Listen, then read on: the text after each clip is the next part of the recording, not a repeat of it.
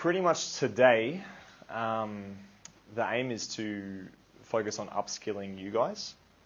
The things that we do can be done with students, but it requires you to be skilled in kind of like some basic grammar terms to be able to use it.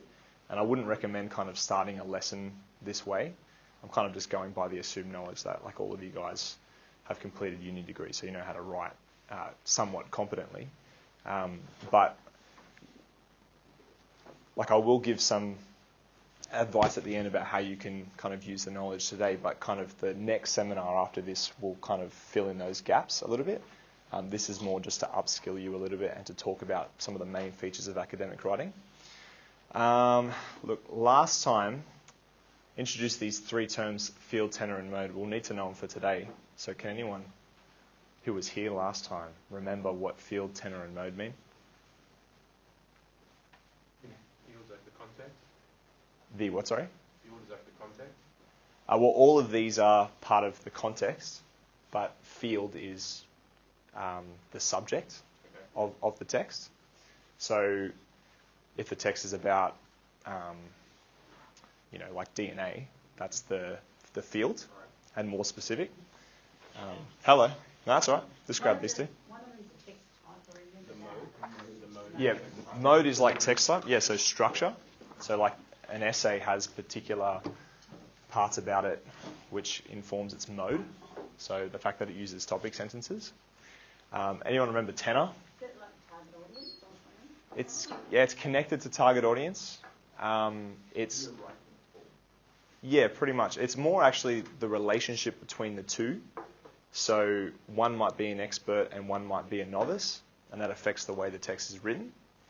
Whereas usually if we're writing academic texts, we're assuming that the writer is an expert and the reader as well is an expert. So when a student writes you an essay, you're hoping that they're writing from an expert perspective, and obviously you know the content as well, so that informs the language choices. Pretty much the main thing that I said last seminar was that writing programs need a clearly defined context to help students write to what you're expecting. And what I pretty much summed up was clarifying these three and giving samples of each three helps students with that goal of knowing the context that they're supposed to write about. Now, mode continuum. I don't think I'll address that now. I was going to go back and do it, but because we have only half that were here last time, it's kind of... I do explain it in one of the lecture videos what it is, and I give examples, so you can just watch that, but I'll just save some time. Again, all of this, today I'm going to introduce you to a few English grammar terms which you probably know the names of, but we're going to look a little bit in more detail at their function within an academic text. I'm hoping that we continue to notice the differences between spoken and written language. We'll annotate a few small extracts for grammatical terms. So at one point I might get Tina to move over to this group here, and we'll have even groups because we've got two different texts. And I'm hoping that we begin to start talking about texts using grammar terms. But I'll try to guide you through that a little bit. All right, so on the first page here, I've got two texts. Now these are from Jess McAllery's Year 12 class, completed I think term 1 this year. Don't remember who the students were. The questions are exactly the same. The field is exactly the same. The marks that were received were slightly different. Okay, one was in a higher band than the other one. But we don't need to know which one that is. I wouldn't mind us actually going... I'll read through both of the texts, and then I'll tell you what to do next. Okay? But pretty much we're going to do a comparison between what the field of the text is, what the tenor is, and just have a little discussion about those differences. All right. And the grammar and sentence structure is exactly how the student wrote it, so there might be a few errors and things like that, which is because the student put it in there. Have a banana muffin. Cool. Yeah. All right. One archaeologist that has contributed to our understanding of life in Pompeii and Herculaneum is Fontelli Ferrelli. Used plaster on the bodies of the fallen in Pompeii in the position that they had originally died. Ferrelli's contribution in Pompeii helped people and other archaeologists to study how the people in Pompeii died, and other people can understand how and where they died. The other archaeologists that contributed to the understanding of life in Pompeii and Herculaneum is Laser. Laser studied the skeletal remains in Pompeii and Herculaneum. She studied how healthy were the people in Pompeii and Herculaneum, and if they had injuries or diseases.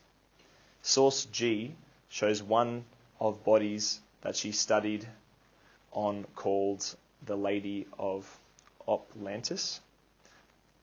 Laser's contribution to Pompeii and Herculaneum helps people understand and learn about the health of the citizens of Pompeii and Herculaneum. All right, so the next sample. The work of archaeologists in Pompeii and Herculaneum have highly heightened our level of understanding of the societies. Estella Laser worked on 300 skeletal remains found in the Sarno baths in 1986. In Pompeii, she examined the skulls, hip, and pelvis, as well as arm and leg bones to determine the makeup of the population. Through the use of forensic techniques and physical anthropology, she was able to determine their ages, diseases, heights, and similarities between the victims. Her analysis led to conclude 3 main causes of death, the first being asphyxiation from the hot air, which was a major cause. Also, the victims suffered from thermal shock, as indicated through their positioning of their bodies, which did not express any distress. She was also able to determine that some of them suffered from concussions through their skulls. Her overall conclusions through their skulls. Her overall conclusion was that there was no age or gender bias among the victims, thus dismissing the stereotype that majority of those dead were women, children, and the elderly. Okay. Now, same subject, same source material, same question, same exam, same time, same teacher, everything's exactly the same. One, just on the surface, without knowing anything about even the content or the source itself, comes across as being more expert at the text type than the other student. In your opinion, is that sample 1 or sample 2? Sample 2. Okay. So the question is, why is that the case? And there's a few things that I want us to focus on, which is around the field of the text. So how does this sample 2 show more of a knowledge of the field? Tenor, which we just discussed, who sounds more expert? You guys identified that. Mode, which is related to the internal structures of the paragraph, things like topic sentences, introducing source material, just a clear kind of flowing structure. And then also even things like the vocabulary that's used and just basic sentence structure and punctuation.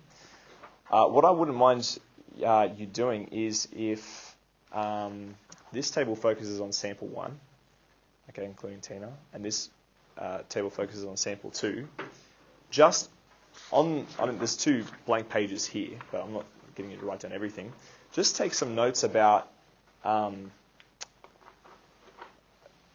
why sample 2 gives more information about the fields, and include maybe some key phrases or vocabulary that shows that field knowledge. And then kind of the reverse for you guys, kind of put forward why this one doesn't have as much field knowledge or knowledge. And if I just cock that up, you can read this here and it kind of explains what I'm asking you to do, okay? Like, I'll give you just a few minutes to do that. I agree with that. I think that the second one, just the length of the sentences, can impact on the clarity of what's being said. Even though sample 2 did receive a higher mark, there's still improvements that can be made.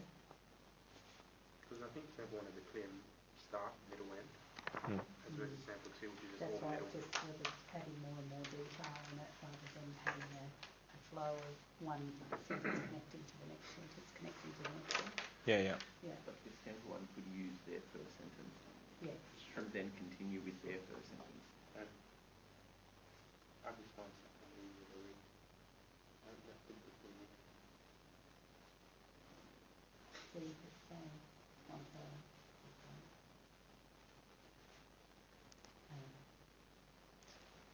You could go through and underline some of the,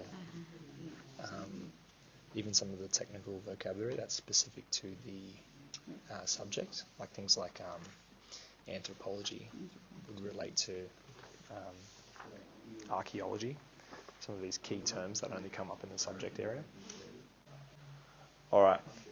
So the purpose of that, I think we all know, like we're very easy to compare because we mark all the time, who would get a higher band than another student. But I'm just beginning, I'm connecting in what we did last time with field, tenor, and mode, and then we're going to go on to now actually looking at the actual grammatical structures that make, there's weaknesses in both of them which could be corrected, and so we want to improve it. This student's main problem may end up being that they kind of run out of time because they overdo their sentences. They're more complex and may not be able to complete other questions with the same amount of skill as that one, because that was kind of towards the first part of the exam. But I'll just talk quickly about academic writing. There's lots of different things that you could say about it, but this is kind of just a simple definition of what it is. Okay, so academic writers, when you're writing an essay or a report or an investigation or whatever it may be, you take what's called a critical stance. So a diagram to help explain that would be this, where you have existing field knowledge. So think of somebody who's actually doing like a PhD as an example. They go through and they have an extensive knowledge of the field, but then they also bring their new insights, which is their evaluation of field knowledge or whatever their topic is. And then in the middle of this, you have the writer and what they bring to their ability to express this understanding.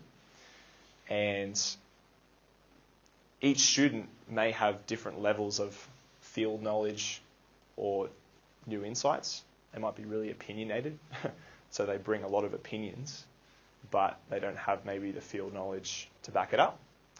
But within this as well, like the writer, the way that they construct their sentences and even their vocabulary knowledge really affects both of these. So central to it is actually developing the writer, but on the outside there's need to know both field knowledge and new insights. So in a simple way, good academic writing demonstrates an expert knowledge of field as the base for writing about new insights. That's why we're kind of usually content first, because they have to know the content and the key features of the content before they can make evaluations.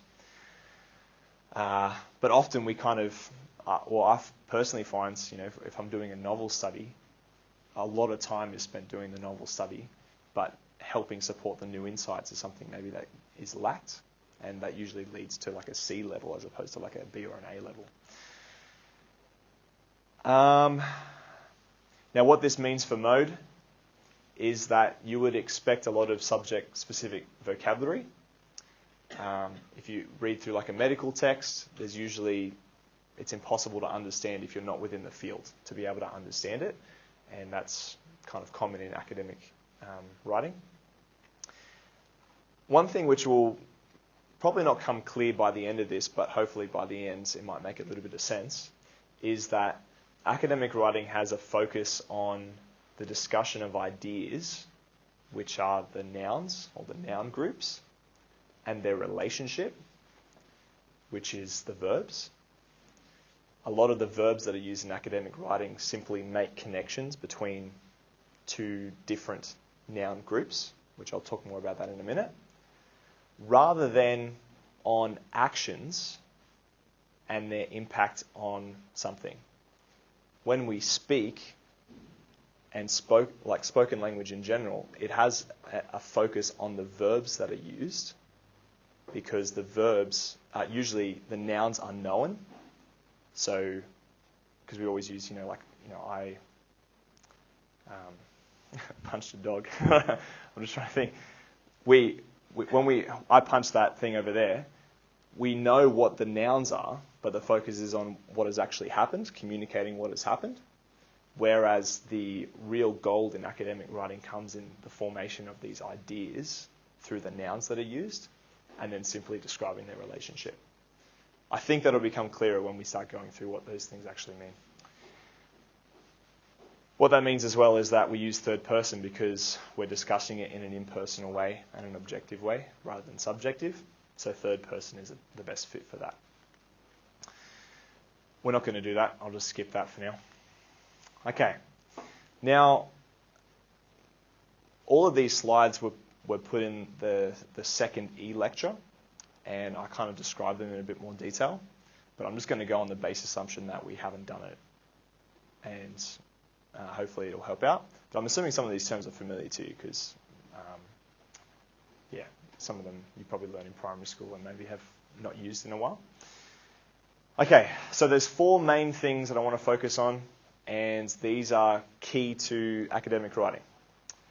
And within each of these, you could go as deep or as shallow as you want. With students, I wouldn't go any further than these levels. You can talk about, dependent and independent clauses and their functions. You can talk about the different types of verbal groups and kind of categorize, verbs in different categories. But I don't think that's actually really necessary. It's kind of just looking at more of a macro structure, and we're kind of going to look at some samples and hopefully start to just notice some patterns in strong writing and maybe not so strong writing. So the four things, and I'll just call them the toolboxes because you can pick them out at different times and usually you can do something with them. Clauses are described as the little messages within a whole text. The verbal groups are like the heart of the message. They usually come, they're kind of the central piece. The noun groups are the ideas that are in the message, and nominalisation is the way that you clarify the message. So clauses. Has anyone not heard of the word clause before? Or thought about them or used them potentially? Yeah, okay. So a clause is a part of a sentence. It can be just a sentence. You can have a sentence that has one clause in it and it's complete. Or you can have a sentence that has 3 or 4 clauses in it with a full stop at the end. Pretty much for a clause to exist, all you need is a verb. But usually when we're writing, we have to include a noun as well, because the noun is the one either performing the verb or having something done to them. A really simple clause would be something like stop. Okay, stop is a verb because it's describing an action or giving an instruction. But it could be, hey, you there, stop. And it gives you the noun as well as the action. But the only thing you need for a clause to exist is a verb. And if a verb is missing, it's an incomplete clause and it's grammatically incorrect. Okay, so you look for the verb to assess whether the clause is complete or not. Here's a nice sentence here. Jeff loves swimming and he always goes to the pool. It has 2 clauses. Can anyone tell me what the noun is in this first clause? Yeah? Both. Jeff and swimming. Yeah. And loves is the verb. That's the relationship between the two. Yeah. And then here you have a conjunction, which is usually a good indication of a new clause. Should that be safe rather than end? Sorry, No. I mean, it could be. Yeah, doesn't matter either way. They still work. That's fine. So he always goes swimming? Yeah. Well, that's because different conjunctions, you can use them for different purposes. So final thing for today is this. Now, I put on your table like a coloured version of this, or parts of this. So over on this task 2 here, I'll put it up on the screen.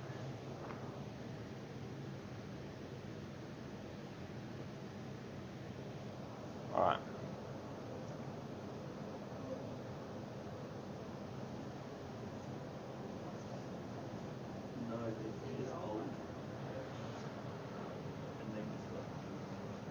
So I'm not, like in this next task, I'm not expecting the whole thing to be done. It's kind of just to get you to see the writing in a different way, okay?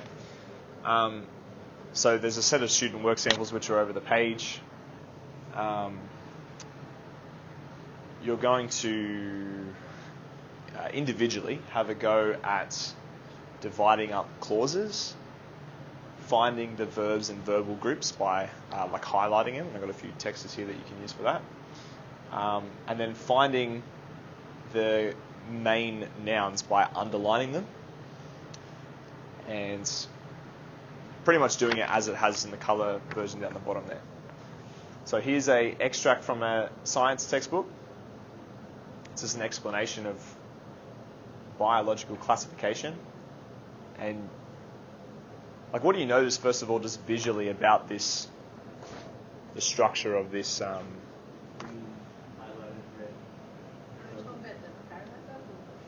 Just talking about the divisions here. Like, what are some without using grammatical terms or anything? What do you just notice in terms of? Yeah, short clauses. Yeah, they're in the same order. What do you mean by that?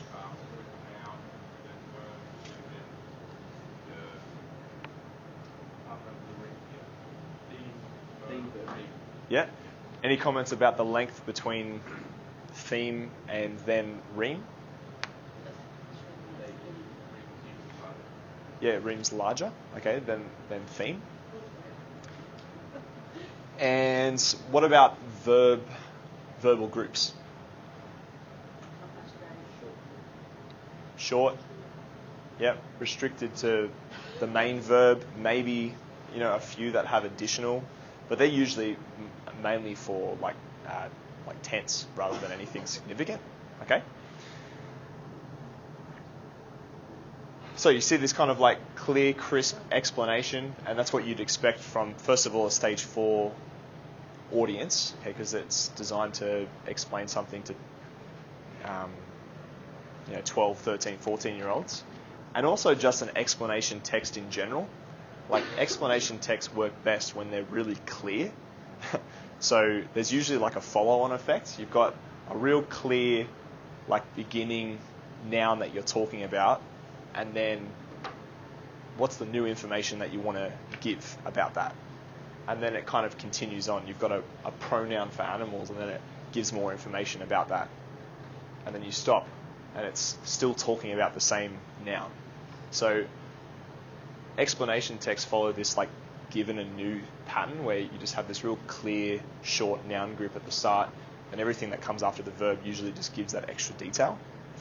It's different though when we come to analysis. That has a different structure. It's not meant to be as clear and crisp. But anyway, so here we have 2 texts. As long as somebody on the table is doing a different one, so 2 can do text 1 and 1 can do text 2, rather than all doing the same one, that'd be good.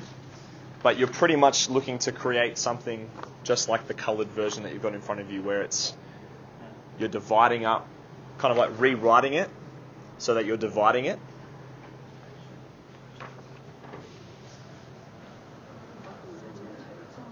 So the best thing to do first is to go through and find what you think are the verbs, okay, or the verbal groups. And then that'll help you find the clauses, because every clause has one verb in it. You can't have multiple verbs in a clause. That would be multiple clauses. So that'll help you find the clause divisions. And then the nouns can kind of come after that. And I will also put on the table around the opposite way answers for people to double check if they are not feeling confident. Yeah, B-O-B, back of book. So answers are here if you like want to double check a sentence or whatever, but I'll just... So this one is there? Yeah, so there's one, sample 2 has one. You just have to flip them over if you want them. No, Yeah. doing it wrong. No, that's good, that's fine. We're all meant to be doing that one, so afterwards we're meant to all do the same one. No, so you can do sample 1 because they're both doing sample 2. Mr. Rao is without a verb. Is without a verb. No. What is it? Yeah, it would function as in that sentence it would function as a preposition without archaeologists and their subsequent innovative techniques. Have I made a mistake? You can check if you want. That would be a great idea. I don't think No, I'm doing it's this me. right. Oh, The cat goes What in what and has you the hesitant? verb. So you're circling verbs, obviously. Yeah, I can't quite figure out which ones are the verbs. Yeah. And there are Yeah, lots no. of nouns It's a that I'm really not sure fun which is the thing. main If you like things like the car. aim and which one's the ring. yeah. You'll I think enjoy it. Usually you'll find them towards the end of the noun group, unless you see like a preposition, like with or in. Yeah, like this sentence, for example, like it starts off like that, which is different to all the other ones. Oh, through their hard work. Yeah. Yeah, exactly. So, And I don't think necessarily, out of all of the sentences, this one in particular is really difficult to understand. Right. Because you've got all these commas that divide it up, plus using first person. Yeah. Through their hard work, we, as observers, are able to understand exactly what happened to Pompey and how it came in. So I'm not sure if hard work or understand is the verb, or if that's neither or neither. understand.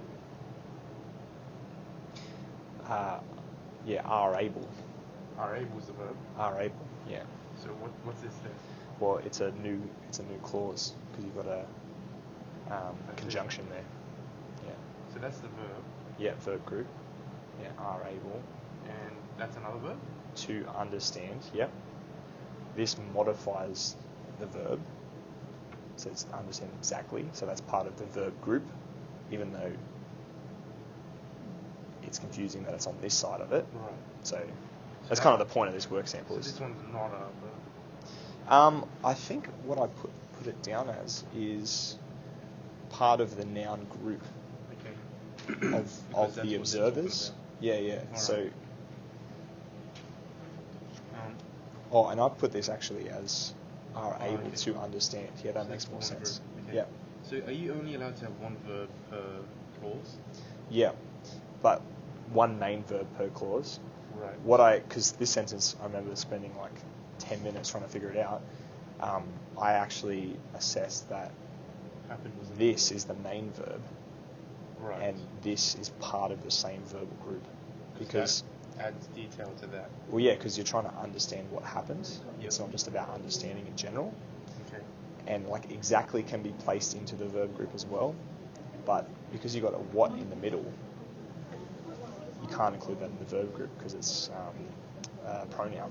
So it's kind of like, it's just a sentence that is weird. Like it should start completely different. But So, given that it was difficult to analyze, is that a good indicator of academic writing or not? well, just visually look at this, right? Yeah. Notice how there's a really long clause and then multiple short clauses. Mm-hmm. There should be more consistency Right. in the text structure, which this student doesn't have. Okay. Even though this is simple, it actually has a clear, consistent structure, which improves its clarity and makes it easier to read. And so that's what this person needs to improve on, because you've got this huge noun group here. Or noun group, sorry. You've got one here, and then and another one across here, with one verb in the entire clause. Right. And can you see how that's kind of like contributing to the confusion of the of the text a little bit? So, yeah. All right, I'll kind of just wrap it up there. So, like I know, like even myself, when I was putting together these, answer cheat sheets, it's very like does your head in on some sentences, especially when you're working with student work samples, because part of the thing with student work samples is they're not always as clear cut as a professionally written text. I think the main benefits of this, just so you know, I've put up here on the board.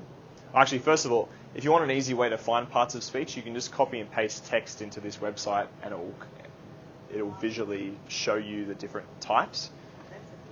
I would say it's like 90% accurate, because sometimes it doesn't do the divisions of clauses. Parts-of-speech.info. But you have to double check it because it's not taking in things like, especially with student work samples, it's not taking in intended meaning. It's treating it simply as just what the words are commonly known as. But some words can function as different types of words depending on the sentence. So, and it won't tell you things like main verbs and auxiliary verbs. It'll just say verb, verb, verb, or it'll say adverb or whatever. But here's this is only really scratching the surface. And if we were to kind of keep going, the more you do it, the more you'll notice patterns within your students' work. But deconstructing work samples helps you to give feedback about specific missing writing skills. So they could be missing, like this here. There's not really development of noun groups in the theme position.